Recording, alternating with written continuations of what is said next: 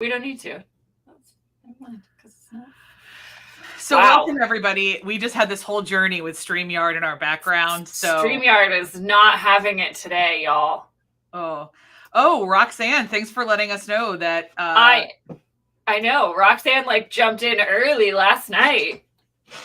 September 14th. Okay.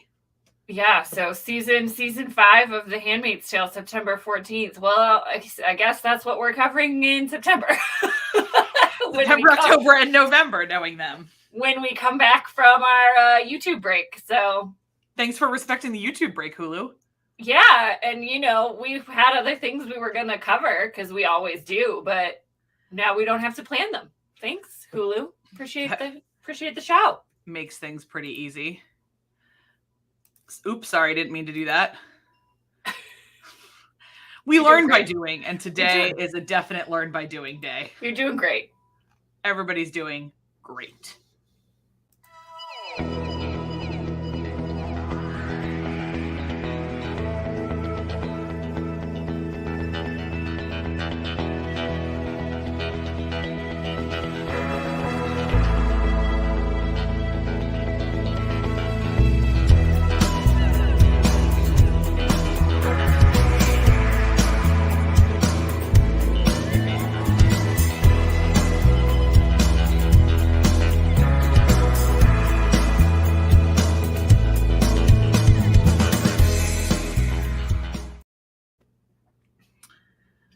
Hello, everyone.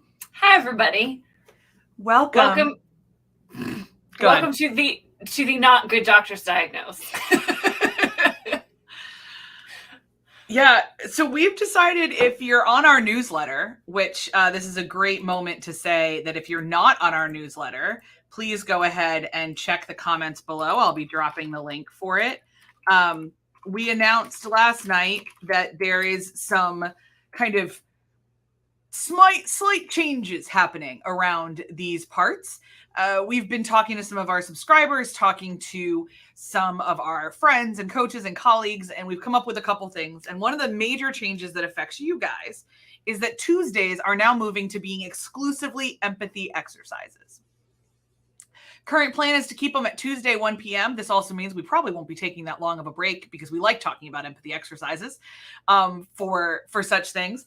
But every Tuesday at 1 o'clock, you can join us here. We're also going to be asking you for your empathy exercises. Yep. We're going to be activating that community tab on YouTube and then in the coming little bit, asking you for your input from around the world. We get so much valuable content from our current Canadian correspondent. We're hoping we get some more from the rest of you.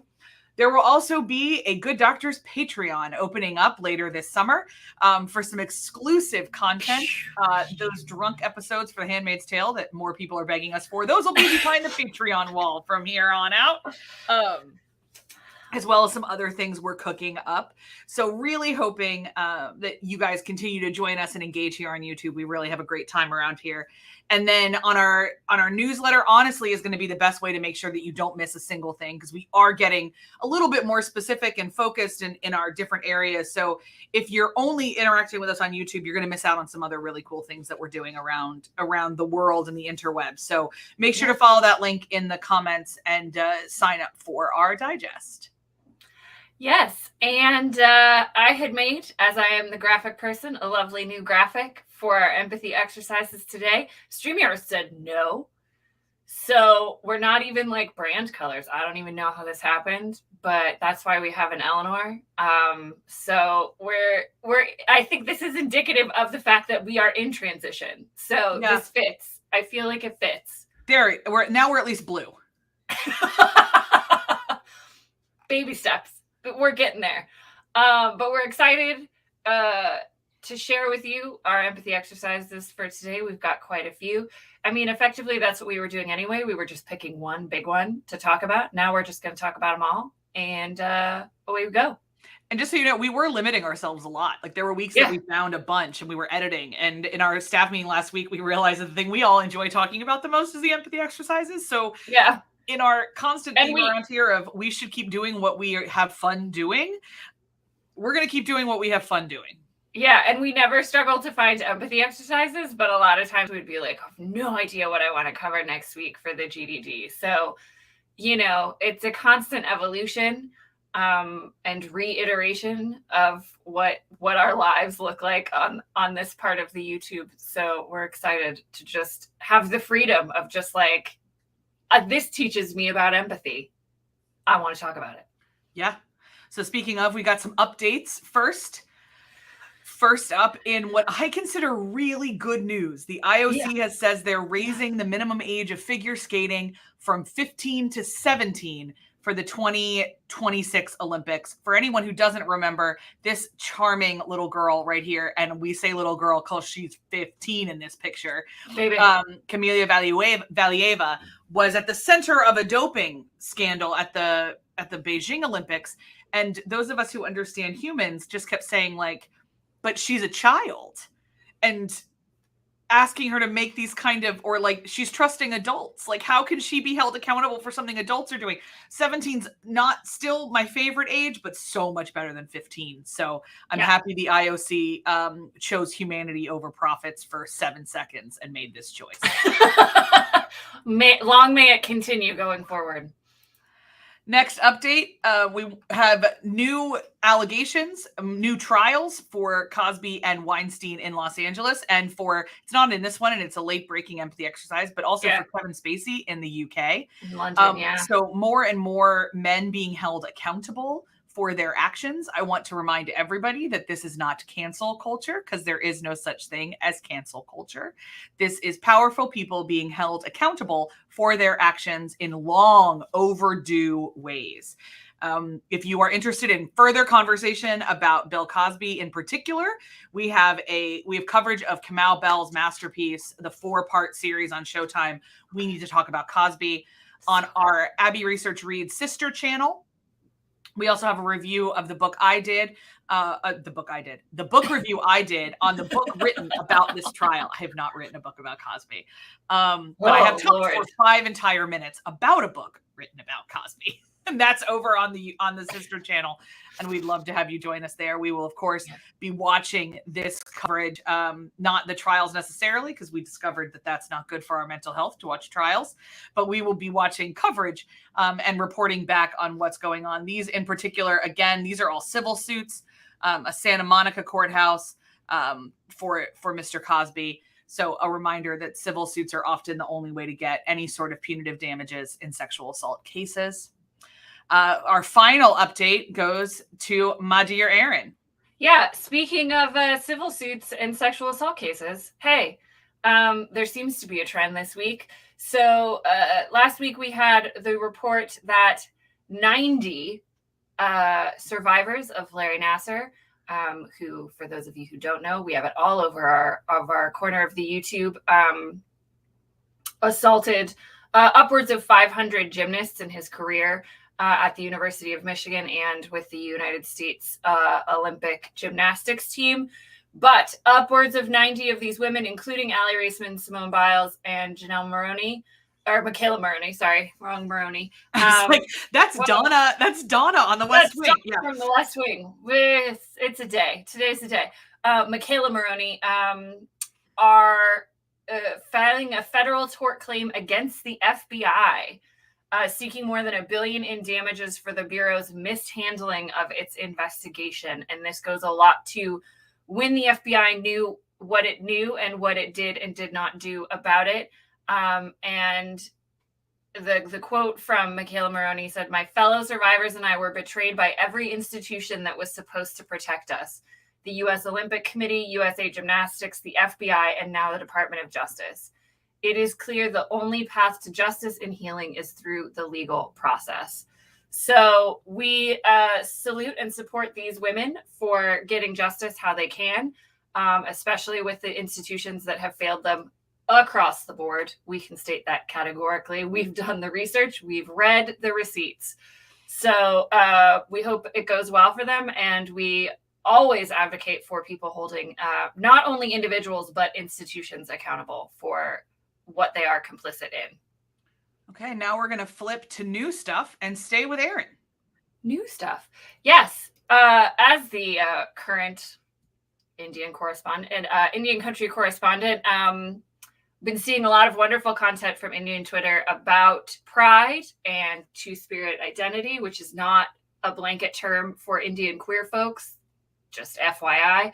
But this is a great article on NBC News about Amáyá Scott, who is a transgender Indigenous scholar and social influencer who was named one of NBC's Pride 30 list of LGBTQ trailblazers. So you can click on this article and learn all about Charlie, who is a Navajo Nation citizen and lives in Aurora, Colorado. Whoop, whoop.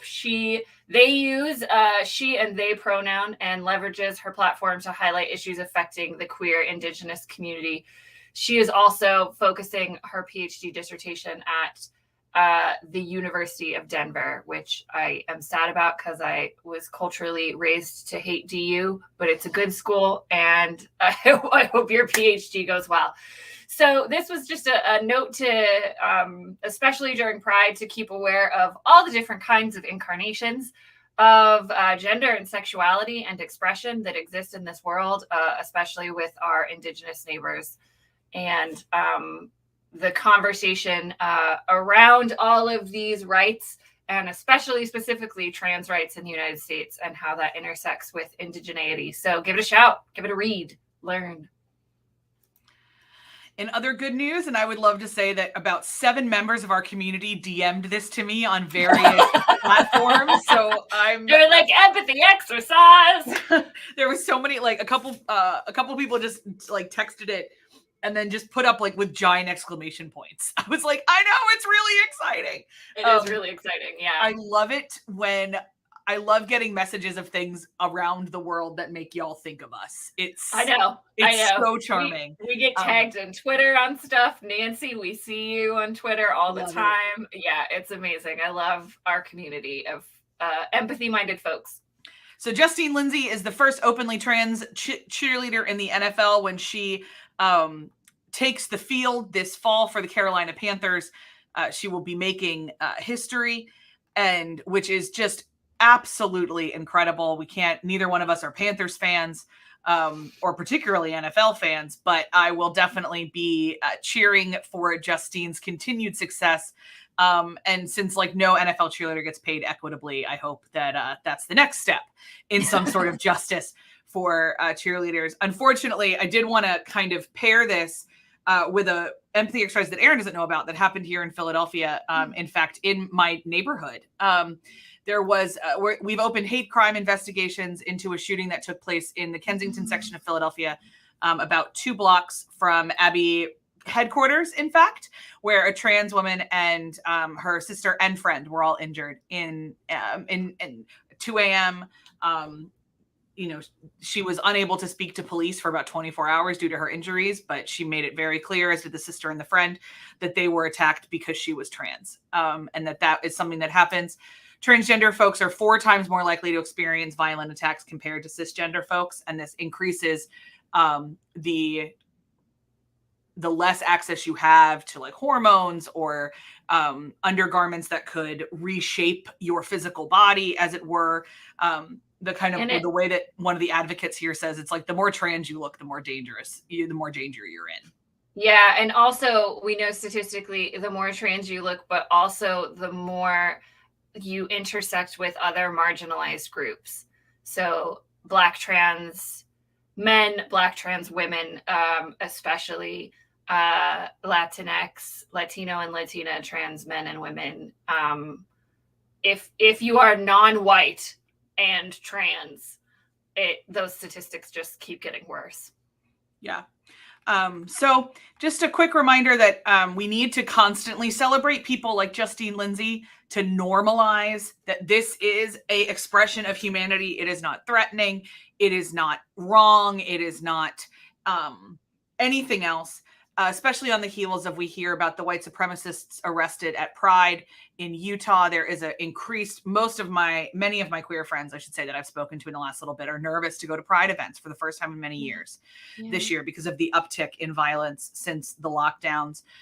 So we're going to loudly celebrate Justine. We're going to hold space for the woman whose name has not been released.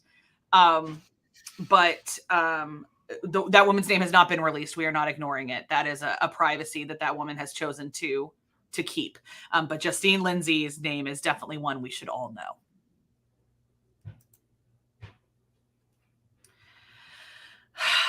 Speaking of, it's very trans heavy, this section of empathy exercises. Yeah. Ugh. We need to remember as well that one of the consequences of the attitudes that were demonstrated on a Philadelphia street at 2 a.m. the other night is when they're actually codified into law. And I'm going to take this Texas Tribune article is incredible. Please link it. But I'm going to just have our faces be big for half a second as I say this.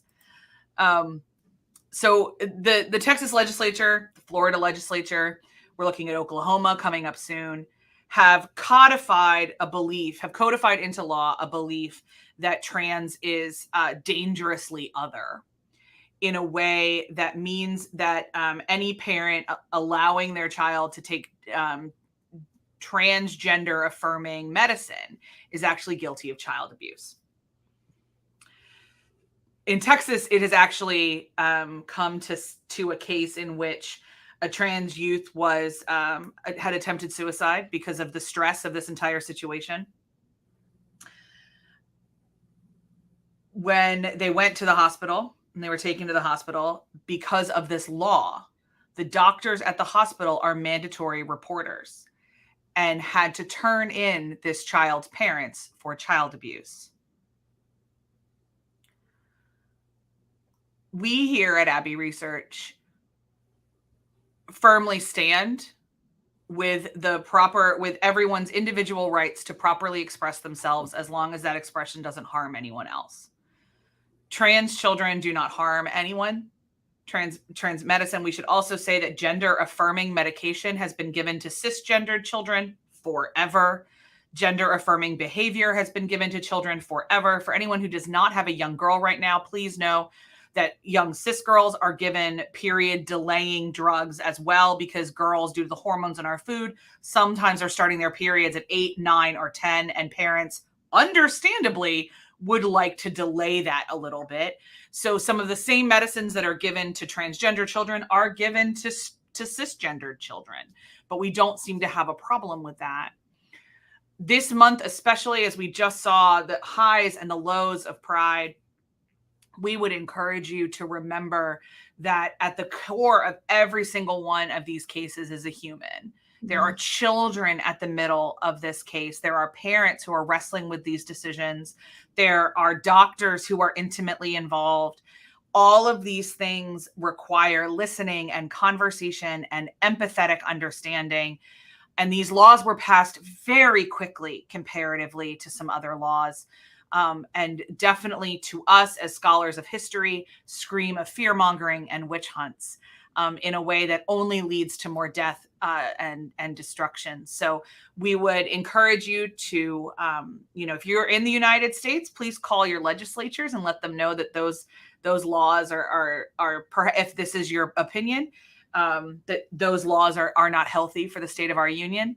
And there's other ways to kind of get involved, but to remember at all times to hold the dignity and worth of human people at the center of these conversations. Do I know what I would do if I had a child? No, but I do know that I wouldn't want my government telling me what to do with my child in terms of their healthcare decisions. I'm very, very clear on that.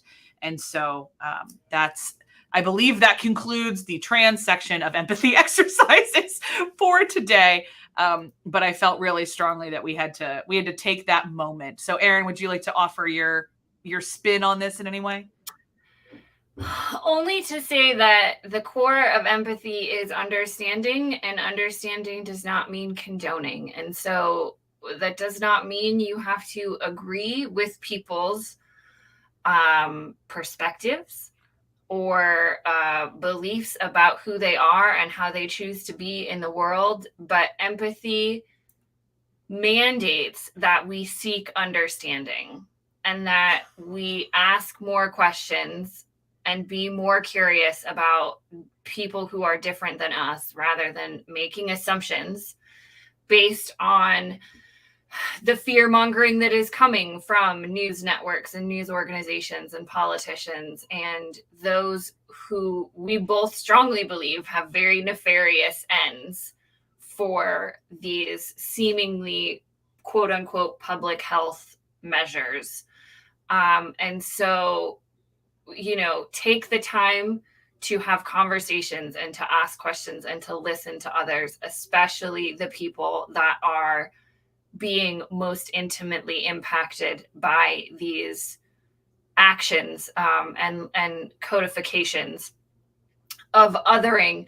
And, if you are so inclined, do what you can to support our trans brothers and sisters and non-binary trans friends and the family members who love and support them, because it's a real hard time to be trans in the United States. And that's saying something, because it's always been real hard, but especially now. So if we can lend our support and our love and our feet and our action and our words, we can do so. Here. Great transition, because Erin's got the next empathy exercise. How about that? Man, they ended up being like all kind of, queer related a little bit, which is cool. Although lots of non-queer folks have HIV as well. But the stigmatization of HIV positive certainly has a lot to do with the perceptions that we have about queer folks. So in surprising news to me, because I didn't know it was still a policy at all, the Pentagon has a new policy which is allowing HIV positive service members to deploy and remain in uniform. So it reverses a previous DoD policy that had been in place since the 1980s after HIV first began spreading. That outdated policy allowed commanders to involuntarily separate troops with HIV, prevent them from deploying, and barred enlisted troops from becoming an officer. So heavily discriminatory, heavily stigmatized.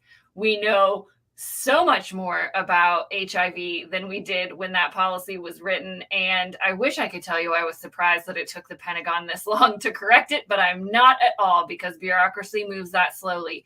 But good news for the folks who are dedicated and serving our country in the way that they are choosing to within the Pentagon and the U.S. military service, and hope the fact that they have HIV or that they are HIV positive is hopefully no longer limiting their career aspirations and desire to serve. So way to jump. Like literally 10 minutes ago, I was looking at this jumpsuit, and now oh, the internet, so scary. Which, by the way, this yellow one would have looked super cute on me, and they don't have it in my size anymore. So, womp. Sad panda. Womp.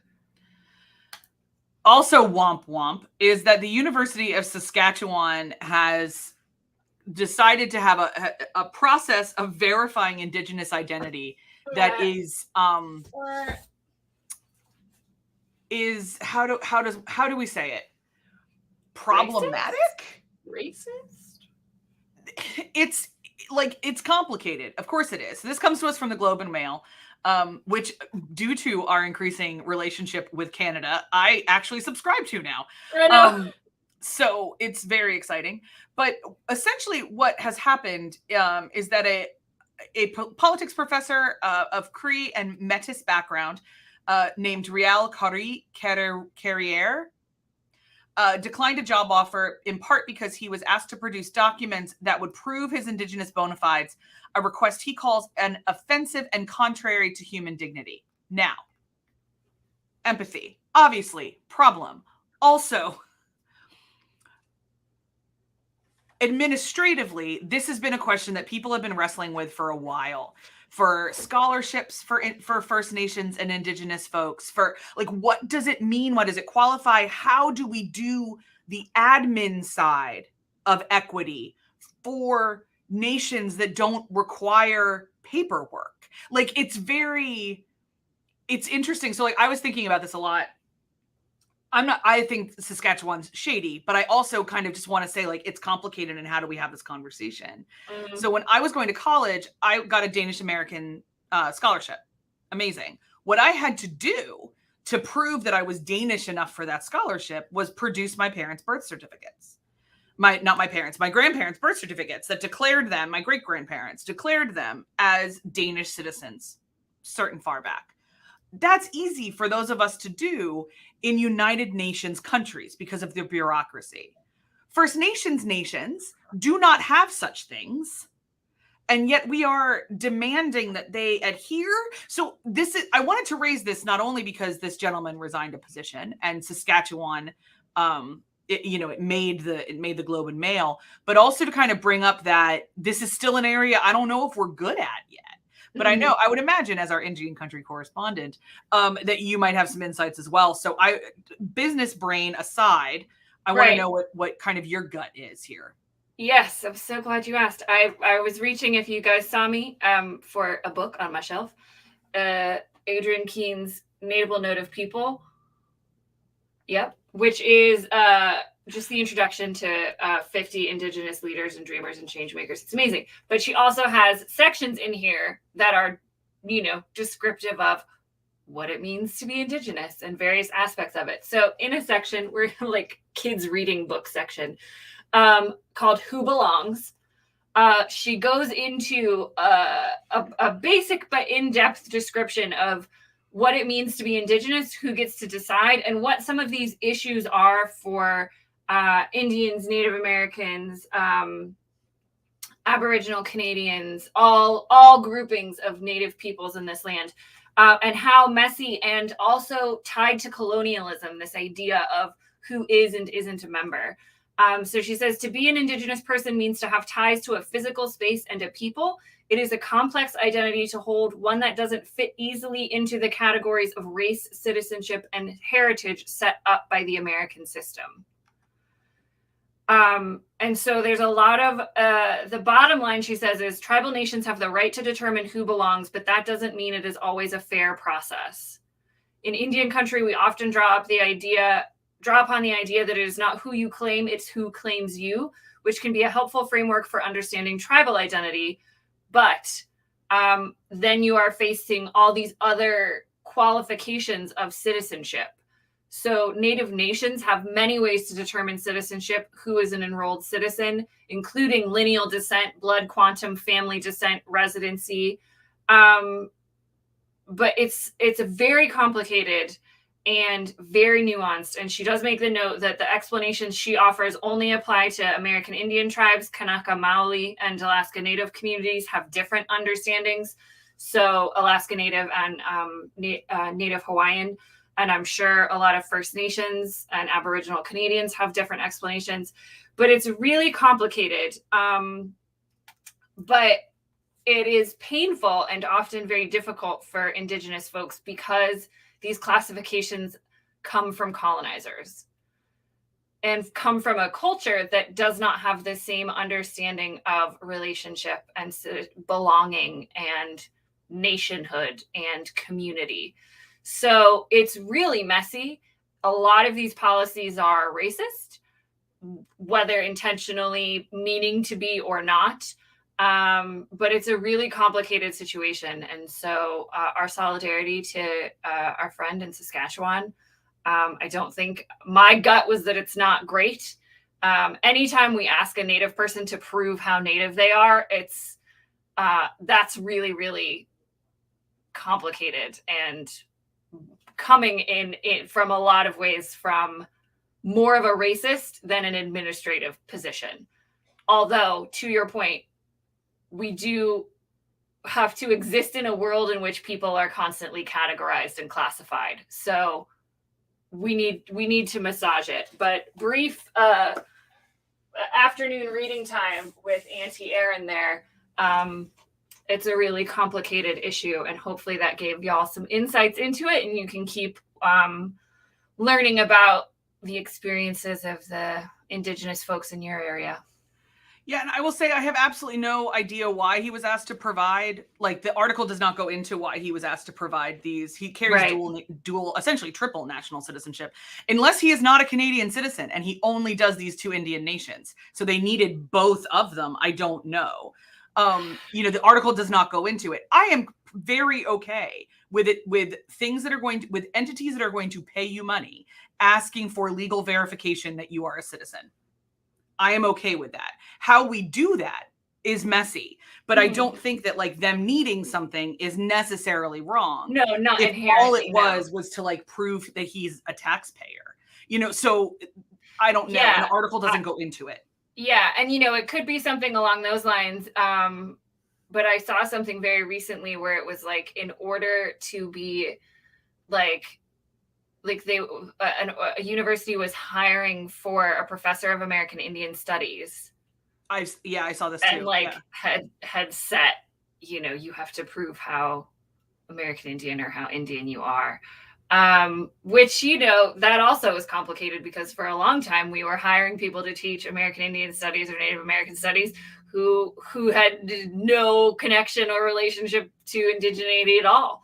In the same way, like, I know a lot of people feel very uncomfortable when white people are hired to teach African American studies. Then, like, how black do you have to be to teach African American studies? What is that? Right, and like, how are we measuring that? It's real complicated. And how you grapple with complex identities administratively is real messy. It's one of the reasons we're not in that line of work. Yeah, it is. It's why we talk about it on YouTube instead. Yeah. Speaking of messy, guys, the next two empathy exercises we have for you were both in contention to be main topics in the old paradigm. So we're going to talk about Ezra Miller first, and kind of heads up. This is a case that isn't going to involve the word grooming quite a bit. And we do not mean it in the dog sense, but in the sexual assault sense. And then we're going to wrap up by talking about Rebel Wilson's unintentional outing by the Sydney Morning Herald.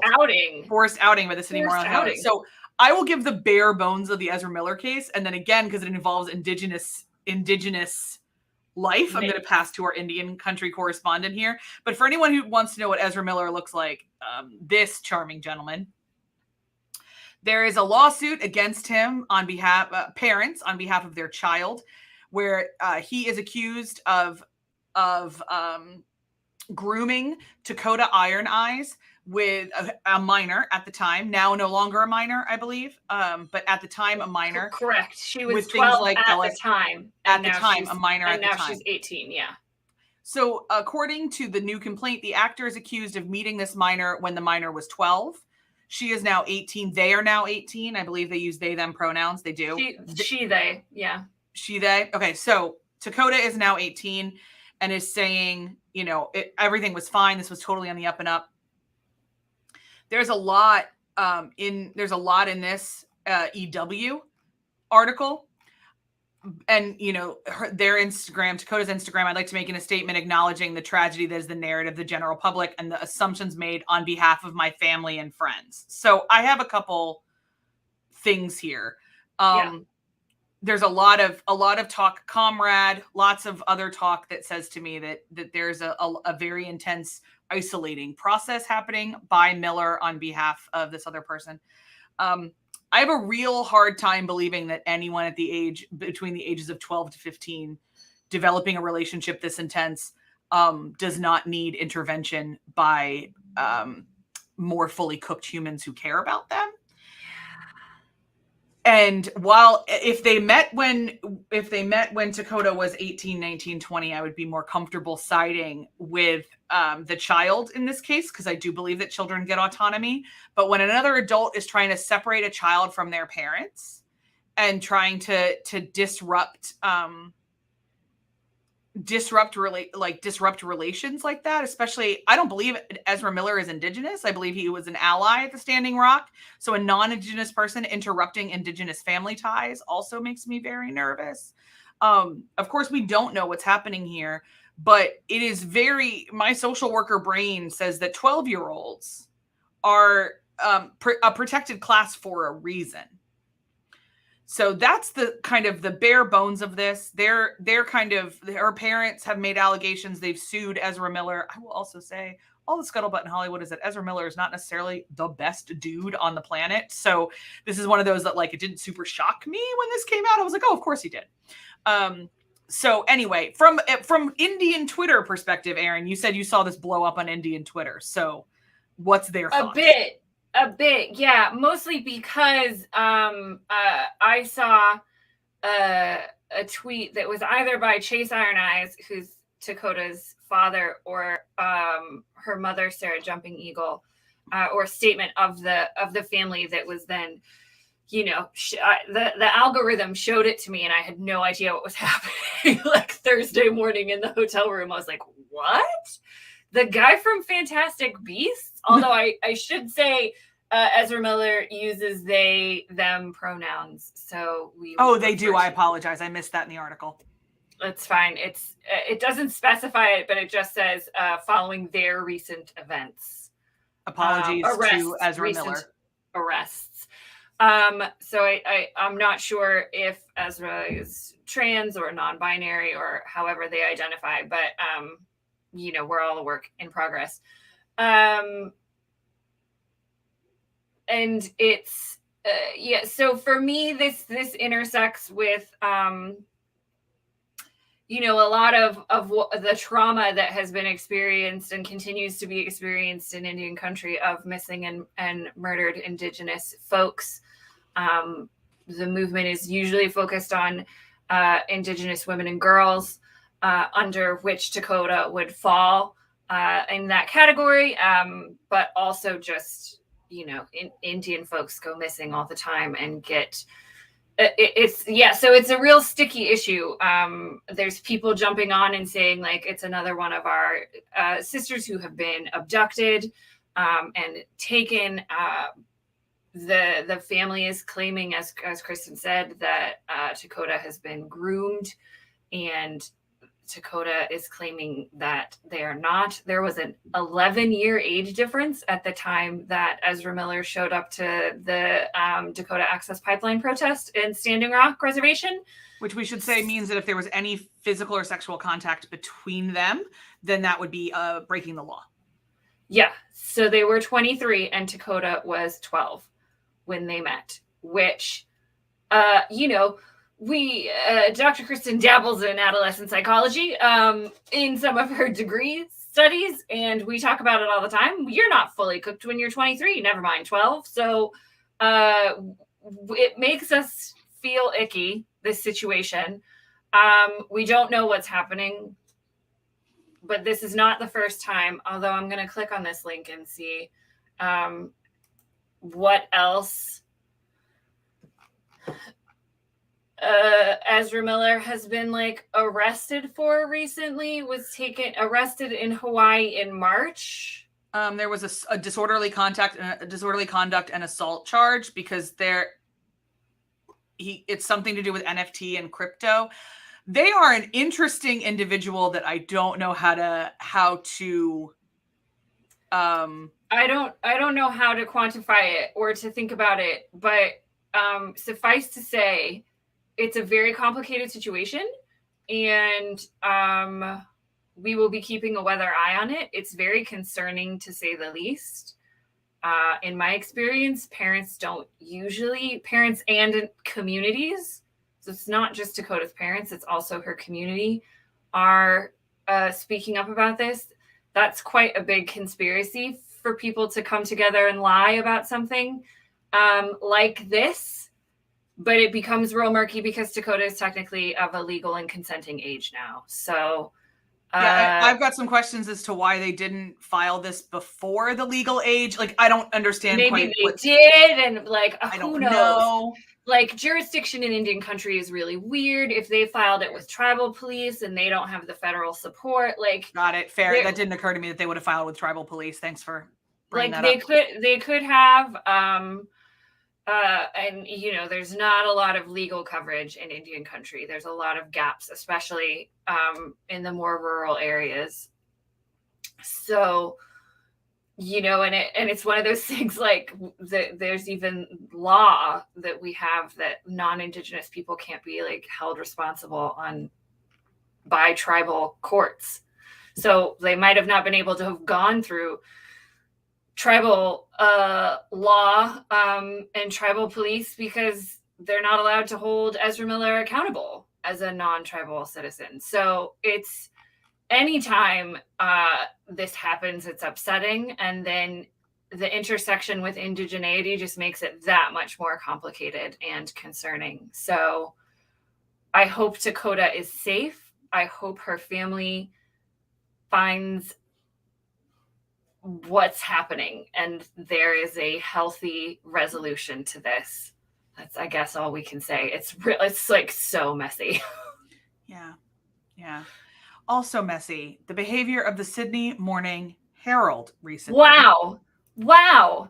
Shout out to our beloved third team member, Eleanor, for DMing us this and being like, I think this needs to be an empathy exercise. And we were like, yes, Eleanor. Yes, it does. So this weekend, Rebel Wilson, or Friday, Rebel Wilson let us know that she is dating this absolutely lovely, gorgeous creature here, whose name I believe is Ramona. How cute.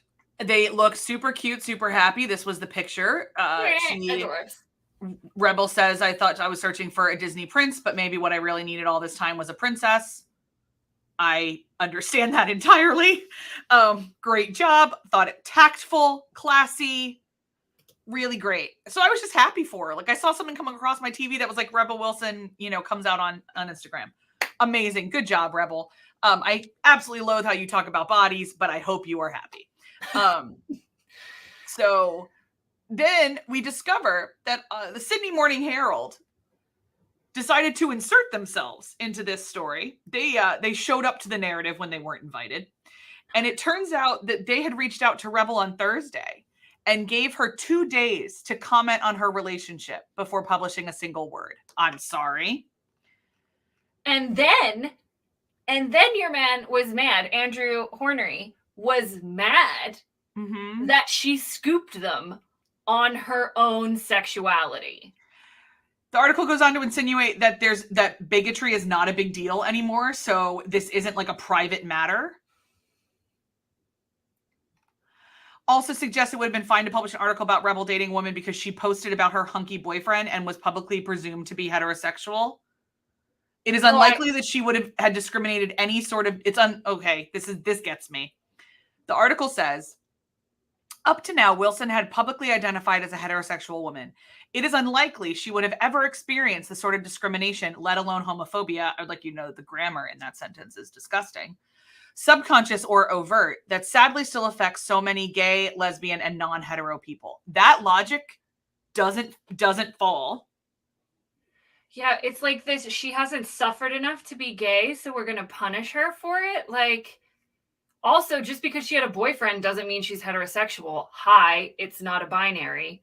Like, it's not either or.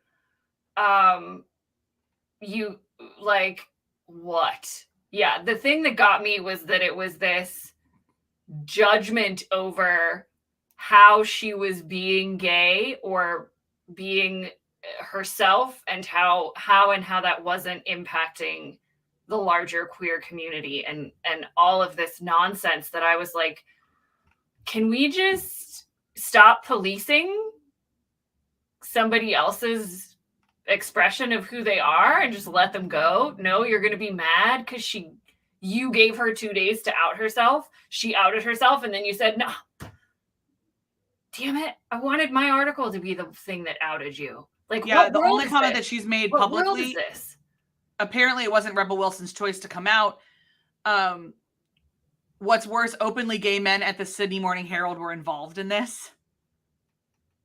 So then she wrote, thank you for your comments. It was a very hard situation, but trying hard to handle it with grace. Great job, Rebel. I am so sorry this is your story. Absolutely gobsmacked that this is your story. I hope you and Ramona were somewhere that you could take care of each other this weekend, because this is an incredibly traumatic experience. Nor do we know, like, you weren't possibly just outing Rebel. You were possibly also outing Ramona. Right. We don't, it's their lives. It's not your byline. It's their lives. It's their bodies. It's their business. It's none of ours. And, we know and have loved queer folks for a long time, and we know all the stories of coming out, good and bad, and that is always a choice that should be up to the person. How they do it, when they do it, to whom they do it. And the fact that was taken from her is traumatic and I'm also really annoyed that it would be a scoop in 2022. Like, she's got a girlfriend. Cool. Yeah. So what? I would like to be talking a whole lot more about her toxic right. Like, girl has actively harmed fat people with her language and choices that she's making with her career and the language that she uses about body size and shape. I think that's way more productive of a conversation to be having than who she gets off with. I could care less. So the summary of today's empathy exercises is that pride is still important because we're still evidently having to have these conversations. Apparently it's a scoop. The first rule of life is first do no harm and then do you. Lean heavy into that first do no harm bit. Mm-hmm. So if you happen to be a sitting U.S. senator right now and could possibly pass a gun control package, that would be a really good way to do it. I like it better than bulletproof blankets for small children. So I love it a lot more than, bulletproof backpacks, which was one of the other ones they've been floating for several years. Or a couple $1 million of increased security cameras for the city of Philadelphia school district because children are getting shot as they're walking out of school. Or it's the guns. So first do no harm, then do you.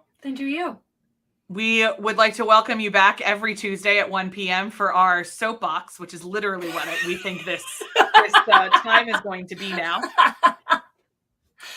This one was really heavy. We recognize it. We're sure there's going to be a lot more. Lightyear comes out this week. Next week, I'm probably just going to talk about Chris Evans. I was about to say, Dr. Kristen will be by herself for the next 2 weeks as I am away on holiday to our beloved second home of the island of Ireland. She'll always bring the levity, and hopefully Chris Evans's puppy video will have dropped by then on BuzzFeed, and you can just show the entire thing.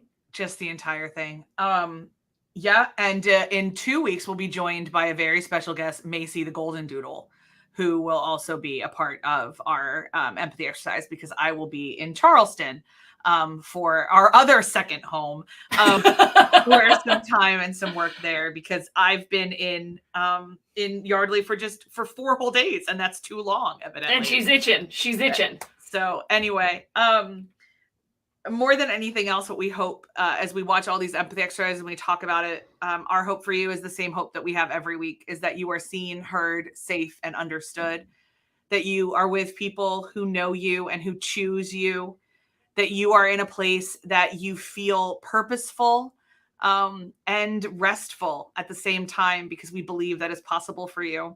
If you enjoyed this conversation, we would ask you to do the YouTube-y things, share it with friends. Also, let us know if this format is better for you. Did you miss the big, long main topic? Is there different ways you'd like us to do this? We can talk about these with the camera off. We're talking about them with the camera on for y'all. So we'd love to know if there's different ways that we can do it for you. Other than that, I will see you next Tuesday at 1:00 for whatever the universe brings us by then. And we will say fare thee well to Dr. Aaron, who we'll see again in July. All the best, everybody. Bye.